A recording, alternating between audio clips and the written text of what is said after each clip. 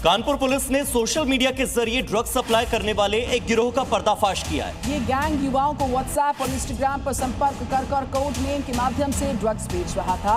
आरोपित गिरोह शहर के कोचिंग एरिया में भी बड़ी मात्रा में नशे की सप्लाई कर रहा था। पुलिस ने गुप्त सूचना के आधार पर यह कार्रवाई की और इस अवैध होम डिलीवरी नेटवर्क को पूरी तरह से ध्वस्त कर दिया। कई संदिग्धों को हिरासत में लिया। अब उनसे पूछताछ हो रही है और पुलिस इस पूरे रैकेट के नेटवर्क और सप्लाई चेन की जांच कर रही है। बिहार में जब से डिप्टी सीएम सम्राट चौधरी ने गृह विभाग की कमान संभाली है, तब से बुलडोजर एक्शन तेज हो गया है और सिर्फ पटना में 75 बुलडोजर एक्टिव हैं, जो सुबह 6 बजे से लेकर रात तक लगातार चल रहे हैं। और देख लीजिए, सिर्फ पटना में ये सभी बुलडोजर एक्शन के लिए तैयार है। यहाँ एक दो नहीं बल्कि 75 बुलडोजर एक्शन में है, जो अपराधियों और अतिक्रमणकारियों पर चलने के लिए तैयार है। देखिए, एक लाइन से ये सारे बुलडोजर यहाँ पर रुके हुए हैं और ये बुलडोजर अब जो अपराधी हैं, जो इंक्रोचमेंट करने वाले हैं, तमाम लोगों पर एक्टिव हो गया है।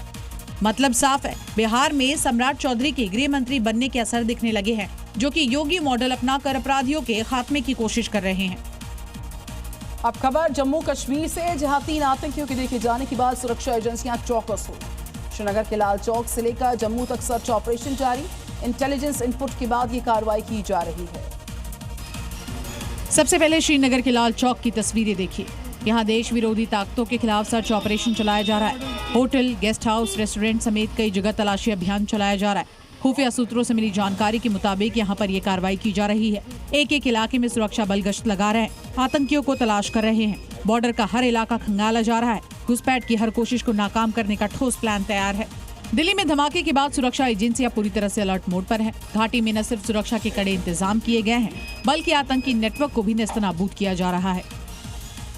युद्ध के दौरान फाइटर्स और बड़े हथियारों के इस्तेमाल की जगह कॉम्बैट ड्रोन्स का इस्तेमाल एक नया ट्रेंड बन चुका है। ऑपरेशन सिंदूर के दौरान भी ड्रोन का जमकर इस्तेमाल हुआ था, लेकिन अब दुश्मन के ड्रोन का हर बार जाएगा खाली, क्योंकि भारत ने तैयार किया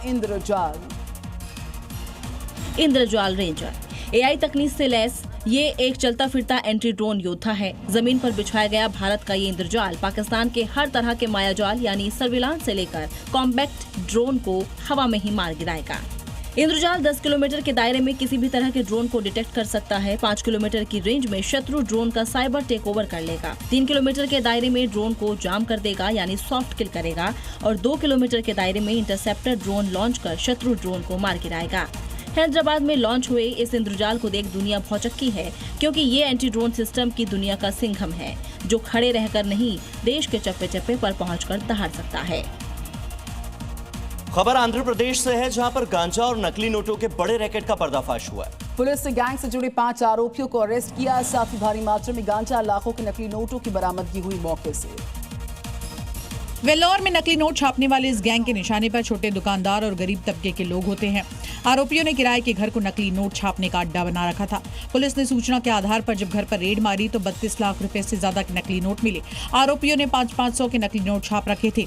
आरोपियों के पास से 22 किलो से ज्यादा गांजा भी बरामद किया गया, जिसे वो घर से ही सप्लाई करते थे। पुलिस कार्रवाई को बड़ी कामयाबी के तौर पर देख रही है। पुलिस का कहना है कि आरोपियों की गिरफ्तारी के बाद दूसरे आरोपियों तक पहुंचने में भी मदद मिलेगी।